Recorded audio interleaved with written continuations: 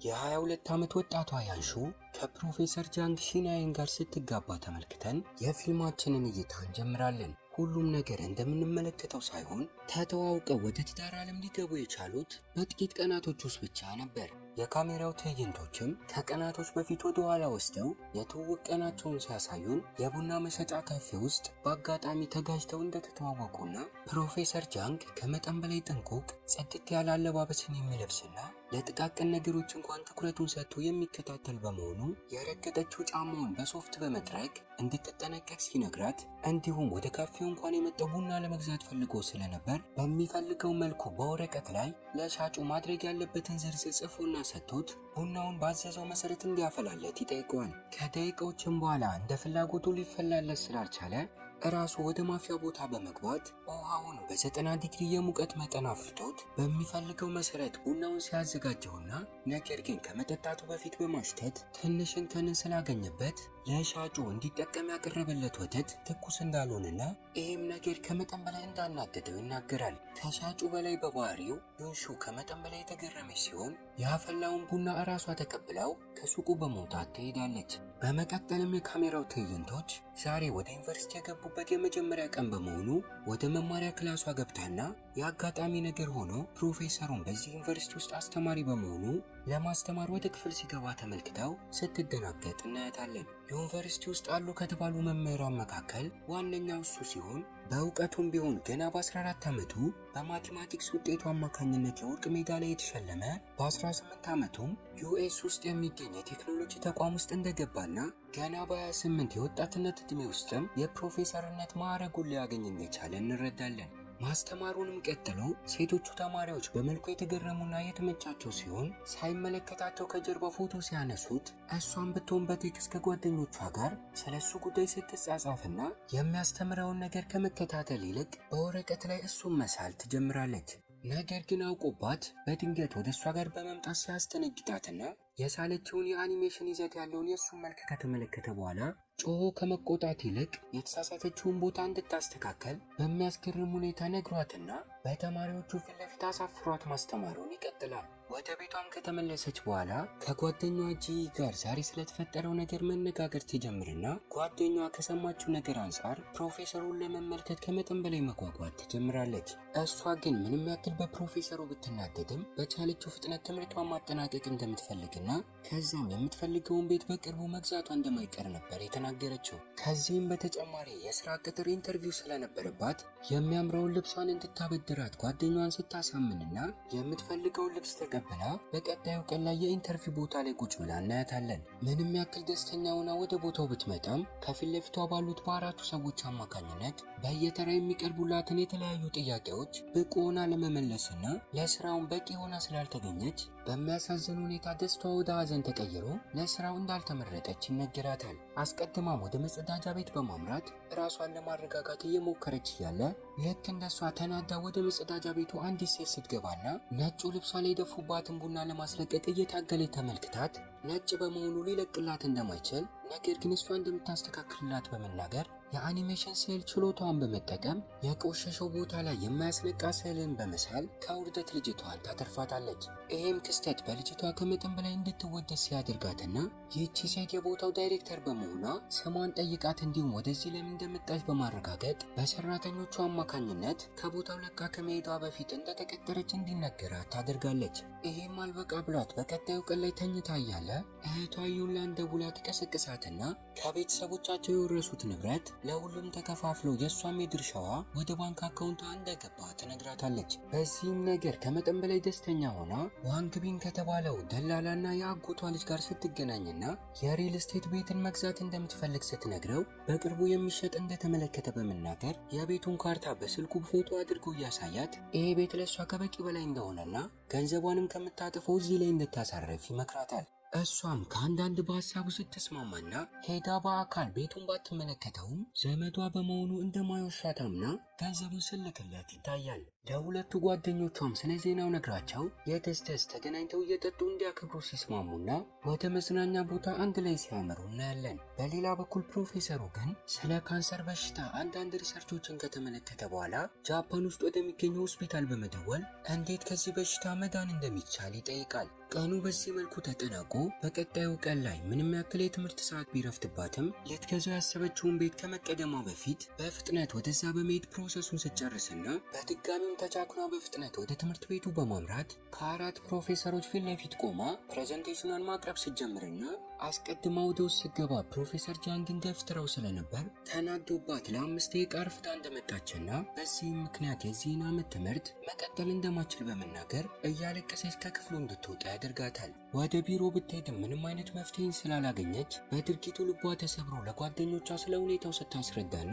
እነሱም እያጽናኗት ይህንን ዓመት በአዲሷ ቤት ውስጥ ደስተኛውን እንድታሳልፍ ቀጣይ ዓመትም ትምህርቷን ከአዲስ መጀመር እንደምትችል በመናገር የተደበረውን ስሜቷን ወደ ደስታ ሲቀይሩላት ይታያል። የቤቱንም ሽያጭ ውል ጨርሳ ስለነበር ደስተኛውና ወደ አዲሱ ቤቷ ስታመራና የክፍሉ በር ክፍት በመሆኑ ግራ ብትጋባም ወደ ውስጥ በመግባት የሚያማምሩትን ዕቃዎች እየተዘዋወረች መጎብኘት ትጀምራለች።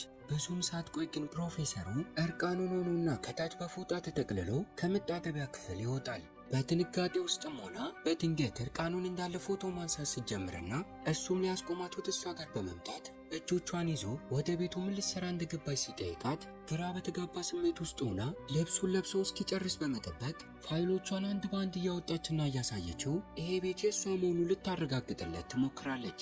እሱ ግን ስለ ሁኔታው ረጋ ብሎ ካሰበበት በኋላ ያቀረበችለትን የግዢ ዶክመንት በጥንቃቄ ተመልክቶ ዘመዴ ነው በማለት በምታስበውና እቤቱን በሸጠላት ሰው እንደተጭበረበረች የሰጣት የቤቱ መግቢያ ቁልፍ እንኳን በሩን ሊከፍተው እንደማይችል ያረጋግጥላታል። እንዲሁም በፍጥነት ወደ ፖሊስ ጋር በመሄድ ስለ ሁኔታው እንድታጣራ በመናገር ምንም ሳያዝንላት ከቤቱ ቀጥታ ሲያስወጣትና እሷም ሁሌ በተጎዳጅ ቁጥር ወደሚያጽናኗት ወደ ሁለቱ ጓደኞቿ ጋር በመሄድ እያለቀሰች ስለ ሁኔታው ስትነግራቸው እነሱም ቢሆኑ የመጀመሪያው አማራጭ ወደ ዘመዷ ቤተሰብ ቤት በመሄድ ስለ ሁኔታው ማስረዳት እንደሆነ ቢነግሯትም እሷ ግን ቤተሰቦቹ ማስጨነቅ እንደማትፈልግ ስትናገርና ሁለተኛ ጊዜ ደግሞ ወደ ፖሊስ ጣቢያ በመሄድ ዋንግቢን የተባለው ደላላው ላይ ክስ እንድትመሰረት ቢነግሯትም ዘመዷ ስለሆነ ብቻ ህሊኗ እንዳልፈቀደላት ስትነግራቸው በልጅቷ ምስኪንነት እየተናደዱባት ይመጣሉ።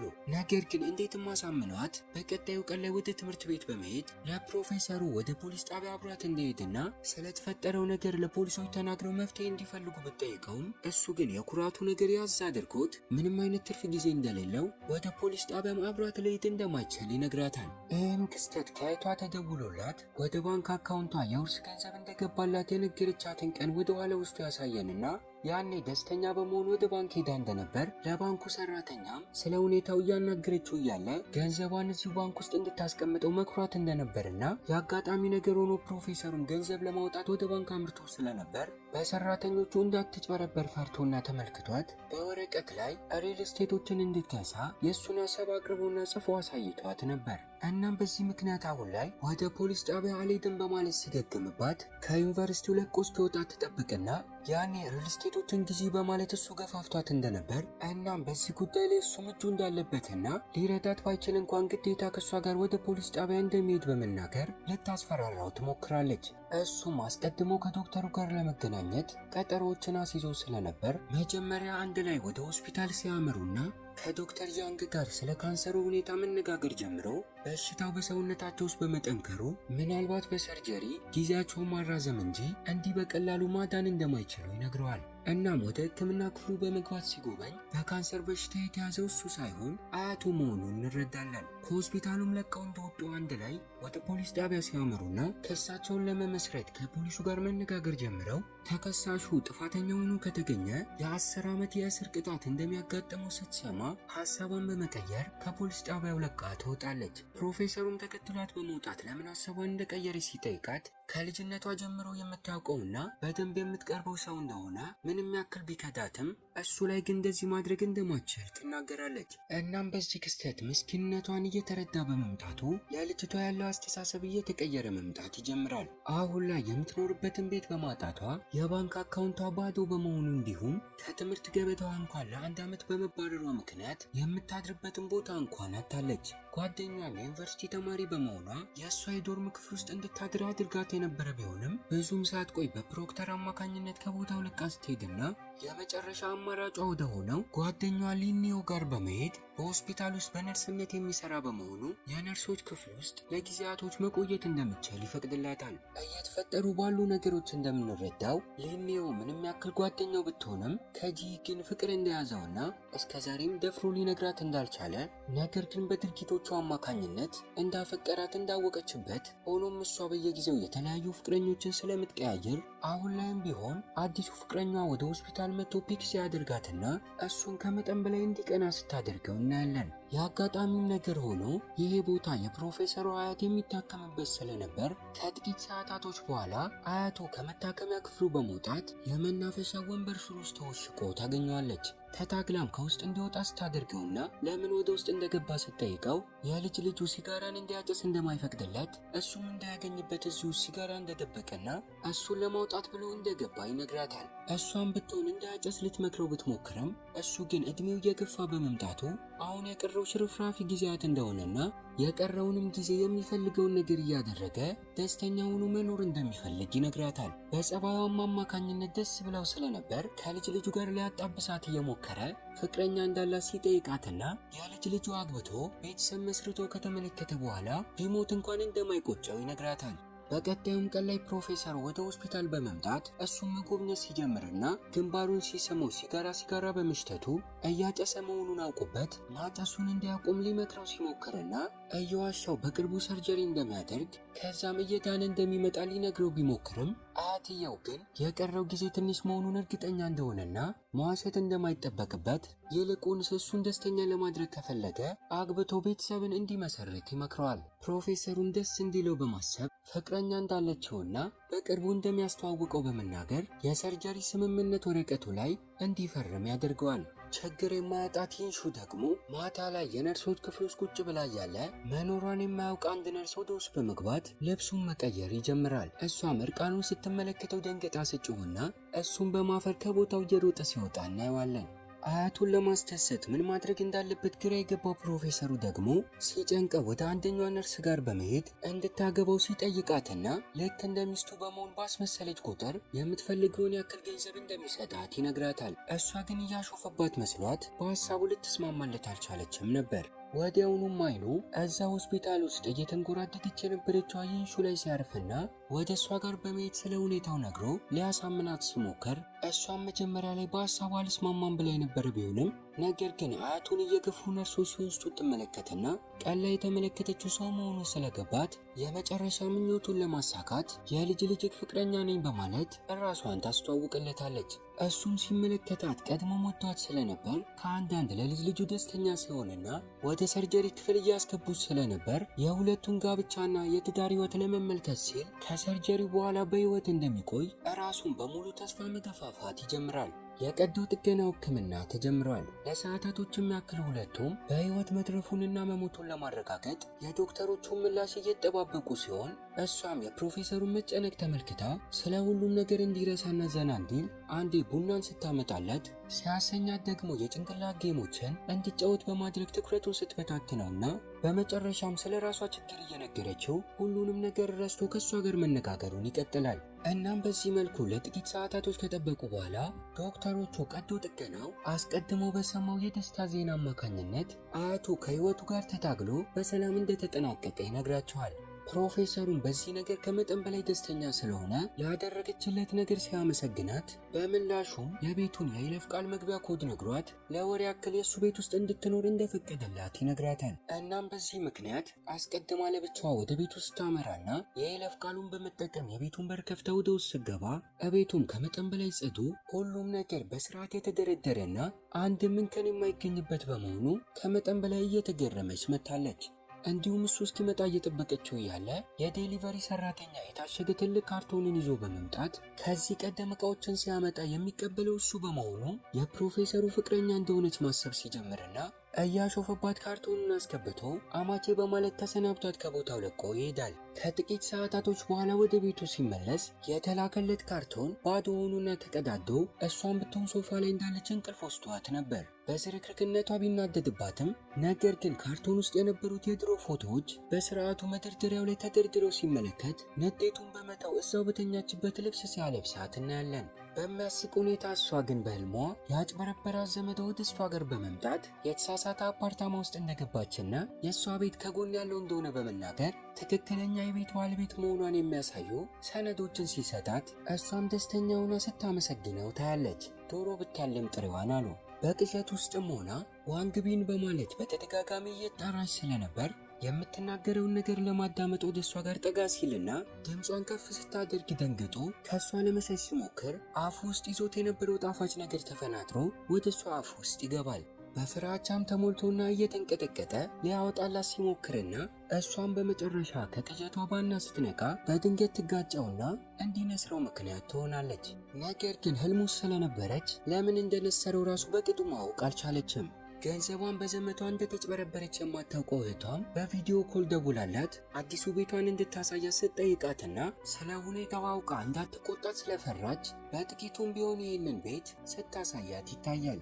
በኋላ ላይም ፕሮፌሰሩ አንድ ላይ ለወር ያክል መቆየታቸው ስለማይቀር ሁለቱንም የሚያስማማ ህጎችን ማውጣት ይጀምርና የማንበቢያ ክፍሉ ውስጥ የመተኛ ቦታዋን ሲያስተካክልላት፣ ነገር ግን በዚህ ክፍል ውስጥ በቀን ውስጥ ለአንድ ሰዓት ያክል የሚያደርገው ነገር ስላለ ውስጥ መገኘት እንደሌለባትና መጸዳጃ ቤትን ጨምሮ ወሳኝ የሆኑ ክፍሎችን ሁለቱም በሰዓት ተከፋፍለው መጠቀም እንዳለባቸው ተስማምተዋል። እናም በቀጣዩ ቀን ላይ እሱ በጊዜ ከእንቅልፉ በመነሳት አልጋውን አንጥፎ በሰዓቱ የመጸዳጃ ቤትን እየተጠቀመ እያለ እሷ ደግሞ አርፍዳ በመነሳት አስቸኳይ ስለሆነባት ለምናው ለ3 ደቂቃ ብቻ ፈቅዶላት ካለ ሰዓቷ መጠቀም ሲጀምርና እንደ ስምምነታቸው የቤት ኪራይ መክፈል ባችልም ምግብን ጨምሮ ወሳኝ ነገሮችን እንድትሰራ ተስማምቶ የነበረ ቢሆንም ነገር ግን አጠቃቀሙ እንኳን ጠፍቶባት ማሽኑ እንዲቃጠል ምክንያት ስትሆንና እሱም በጥራት እየሰራ ከአዲስ ሊያስተምራት ሲሞክር እናያለን። እንዲሁም ከጥቂት ሰዓት በኋላ ስራ ቦታ ላይ ያለ በዶክተሩ አማካኝነት ተደውሎለት አያቱ ስሜታዊ የሆነ እንደሆነና በፍጥነት እንዲመጣ ይነገረዋል።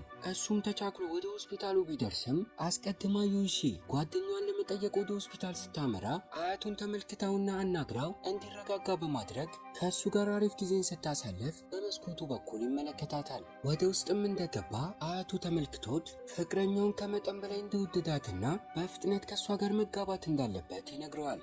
እሱ ግን አሻፈረኝ በማለት በሀሳቡ አልስማማም ሲል በንግግሩ ተናዶበት የጤና ሁኔታ እየተባባሰ ሲመጣና በዚህም ምክንያት ሁለቱም ባቀረበላቸው ሀሳብ ሲስማሙ እናያለን። ይሄም አልበቃ ብሎት በቀጣዩ ቀን ላይ ዘመዶቹ ሊጠይቁት ወደ ሆስፒታል ሲመጡና እሷም እዛው ክፍሉ ስለነበረች የዘመዶቹ የልጁ እጮኛ እንደሆነችና በቅርቡ ሊጋቡ እንደሆነ ይነግራቸዋል። አንደኛዋ ሴትም ገና ወጣት እንደሆነችና ልክ እንደተጋቡ በፍጥነት ልጆችን መውለድ እንዳለባት ስትመክራት እዛ ሆስፒታል ውስጥ የነበረው ጓደኛዋ ሊኒዮ ሰምቶ ስለ ሁኔታው ለጂ ደውሎ ሲነግራትና ሁለቱም ቀጥረዋትና አግኝተዋት ስለደበቀቻቸው ሚስጥር እንዳወቁ በመናገር እሷ ላይ ሙድ ለመያዝ ይሞክራሉ። ወዲያውኑም ግን እሷ ሁሉም ነገር እነሱ እንዳሰቡት እንዳልሆነ ለአያቱ ሲባል በስምምነት ከፕሮፌሰሩ ጋር ያደረገችው ነገር መሆኑን እውነታውን በሙሉ ትነግራቸዋለች። ስለዚህም ነገር እያወሩ እያለ ከእህቷ ይደወልላትና በቅርቡ ወደ ቻይና መምጣቷ እንደማይቀርና ሆቴል ከመያዝ ይልቅ የእሷ ቤቱ ስለማረፍ ስላሰበች አንድ ክፍልን እንድታዘጋጅላት በመናገር ስልኩን ትዘጋዋለች።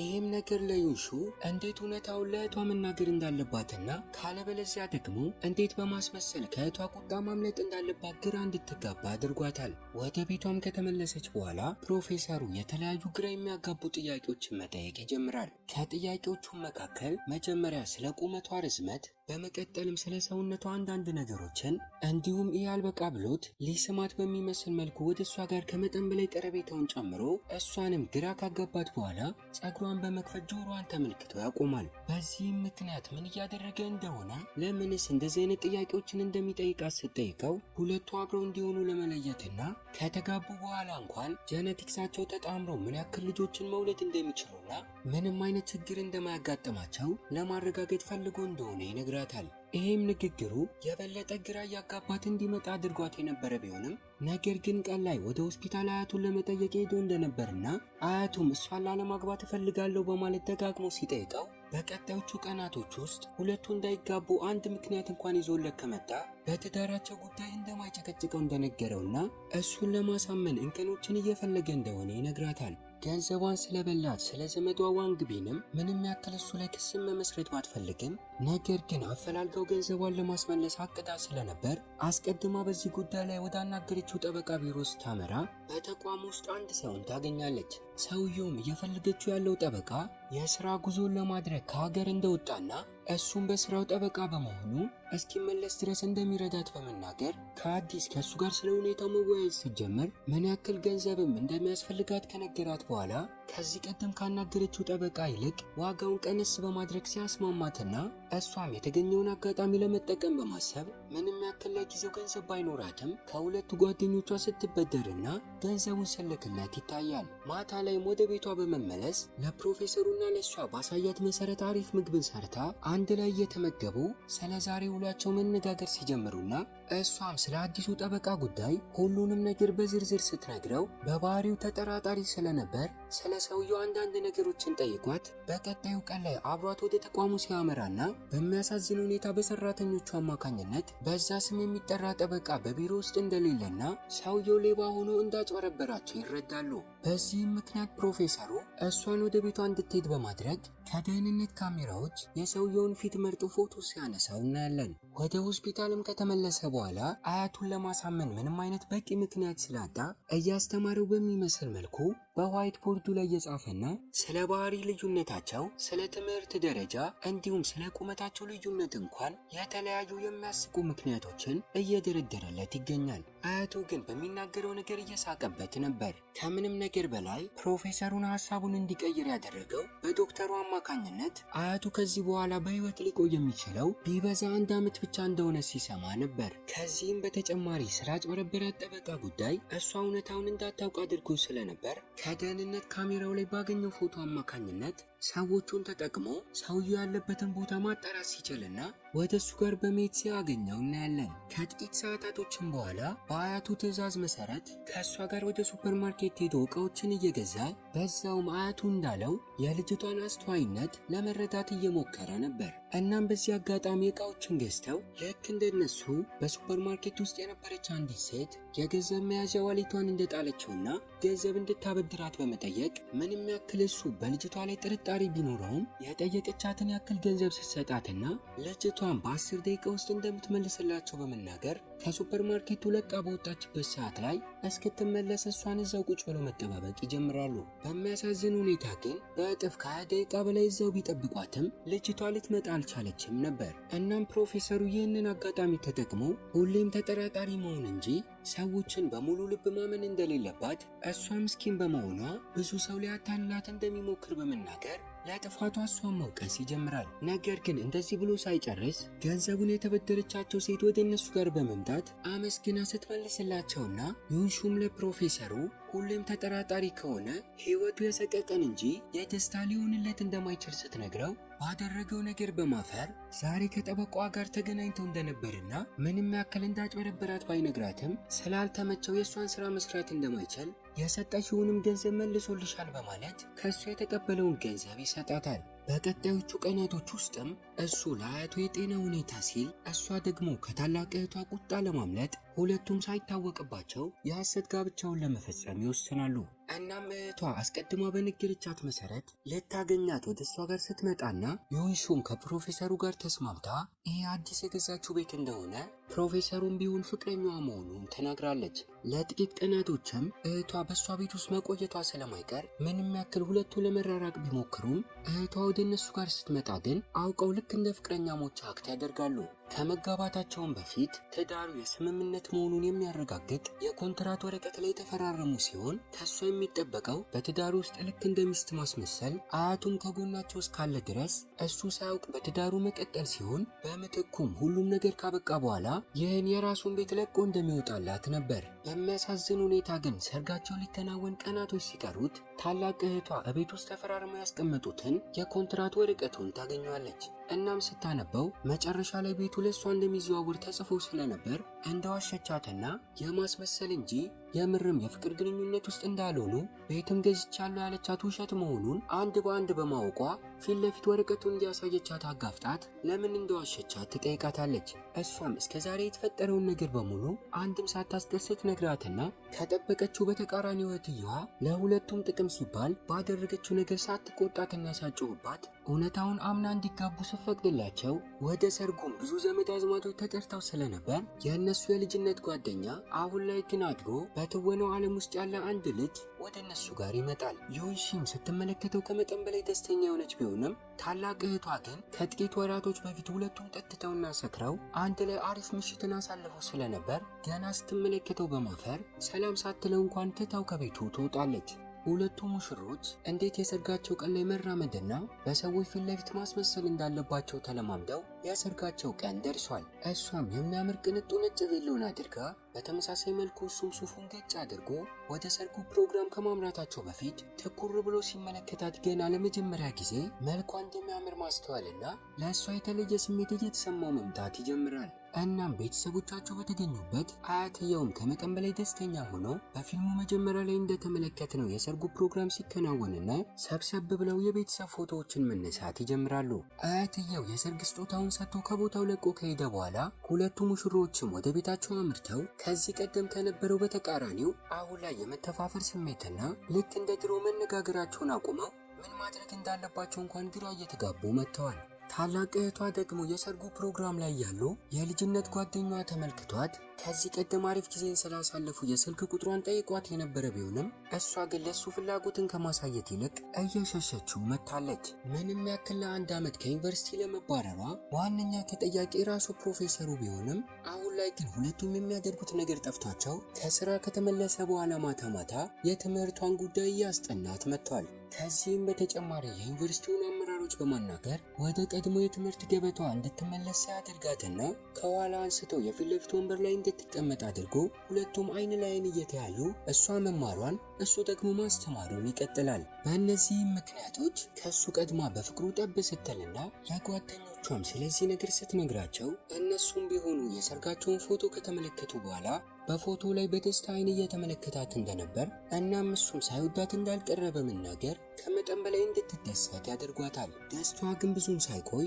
በትምህርት ቤት ውስጥ እያሳየችው ባለው ቀረቤታ ሰዎች ሊጠረጥሩ እንደሚችሉና ዩኒቨርሲቲ ውስጥ ሲሆኑ ከሱ እንድትርቅ ሲነግራት እንዲሁም ያለው ነገር እውነት ሆኖ የጋብቻ ፎቶቸውን ይዛው ሄዳ ያለ ከአንዲት አስተማሪ ጋር ተጋጅታ ፎቶዎቹ መሬት ላይ በመበተናቸውና አስተማሪዋን በመመልከቷ ስለ ሁለቱ ጋብቻ ስታውቅ እሱም በዚህ ነገር ከመጠን በላይ ተናዶ ያላትን ነገር ባለማድረጓ ሲጮህባትና ብዙ ሰዎች ስለ ሁለቱ ጋብቻ ካወቁ ከተለያዩ በኋላ ለሷ የወደፊት ትዳር መጥፎ እንደሚሆንባት በመናገር የበለጠ ልቧ እንዲሰበር ምክንያት ይሆናል። በዚህም ምክንያት ከሱ ለመራቅ እየሞከረች በአንድ ሱፐርማርኬት ውስጥ የሽያጭ ሰራተኛውን ስራዋን ስትጀምርና ለጥቂት ቀናቶች ያክል ወደ ቤት ሳትመጣ ስትቀር እሱም እየተፈጠሩ ባሉ ነገሮች አማካኝነት ምንም ያክል እንድትርቅ ቢነግራትም ነገር ግን በራቀችው ቁጥር የባዶነት ስሜት እየተሰማው ስለነበር ለጓደኛው ስለ ሁኔታው ሲነግረውና ጓደኛውም ፍቅር ሳይዝ ካልቀረም በማለት ሙድ ሲይዝበትና ሲያሾፍበት እናያለን።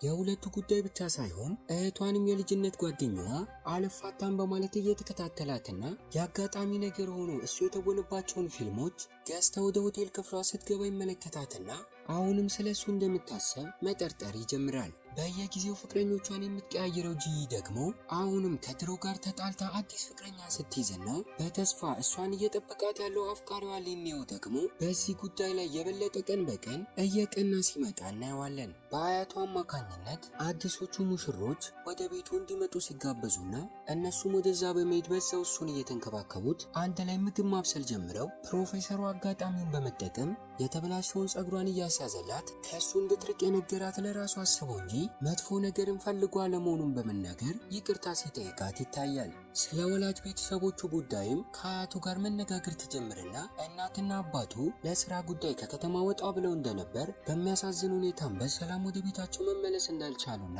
ገና ሕፃን እያለ በዛ አጋጣሚ ቤተሰቦቹን በሞት እንዳጣ ይነግራታል። በዚህም ምክንያት ነበር በባህሪው ዝምተኛ ለነገሮችም ጥንቁቅ ሆኖ የብቸኝነት ሕይወትን ሲኖር የቆየው።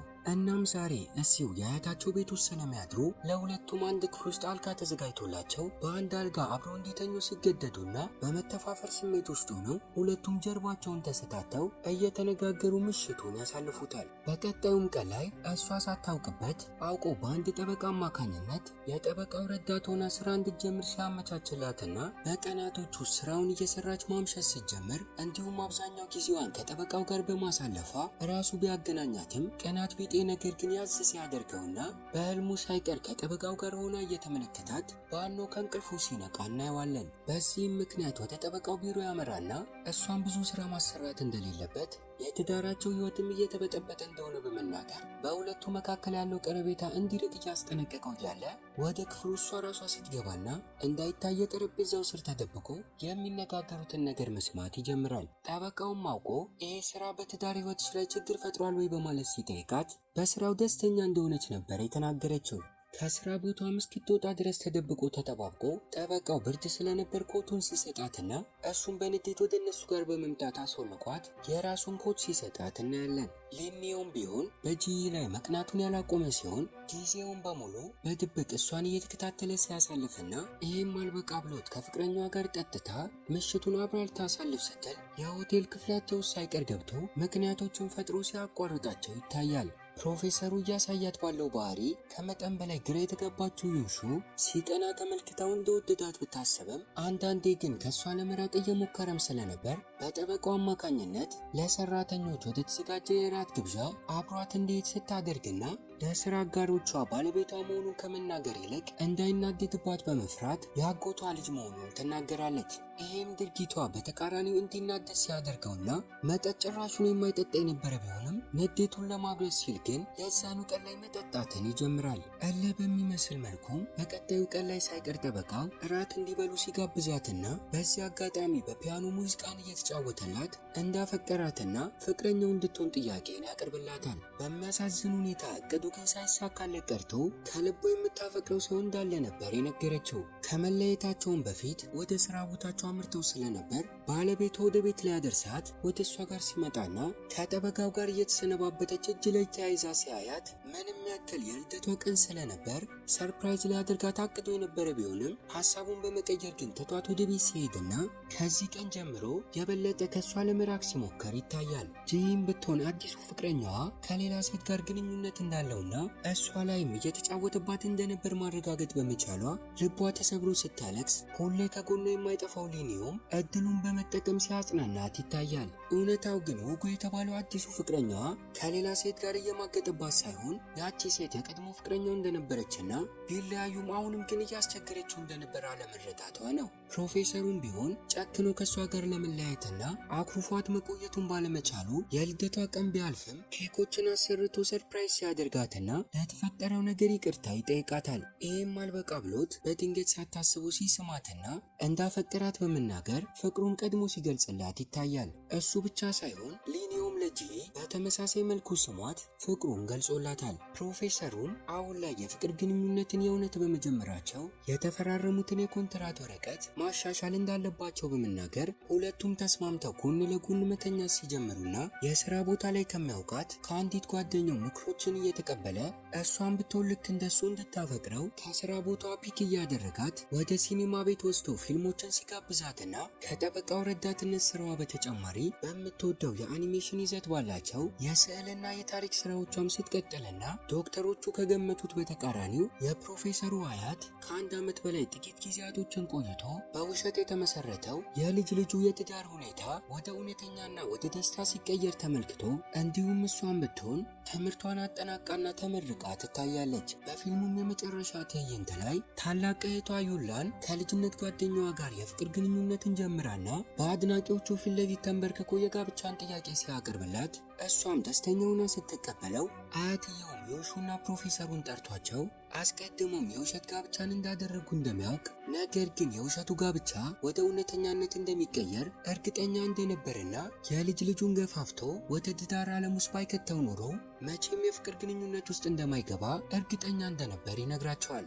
እኛም በጥላቻና በእልህ የተጀመረው ትውውቅ ወደ ደስ የሚል ጣፋጭ የትዳር ሕይወት ሲቀየር እያየን የፊልማችንን እይታ እዚህ ላይ እናበቃለን። ከወደዳችሁትም ቪዲዮ ላይክ፣ ለቻናሉ አዲስ ከሆናችሁ ሰብስክራይብ እና ያላችሁን ሀሳብና አስተያየት በኮሜንት ሴክሽን ላይ አስቀምጡልን። ስለምትከታተሉንና ስለምታበረታቱን ከልብ እያመሰገንኩ በሌላ ሙቪ እስኪያገናኘን ድረስ ቸር ያቆየን።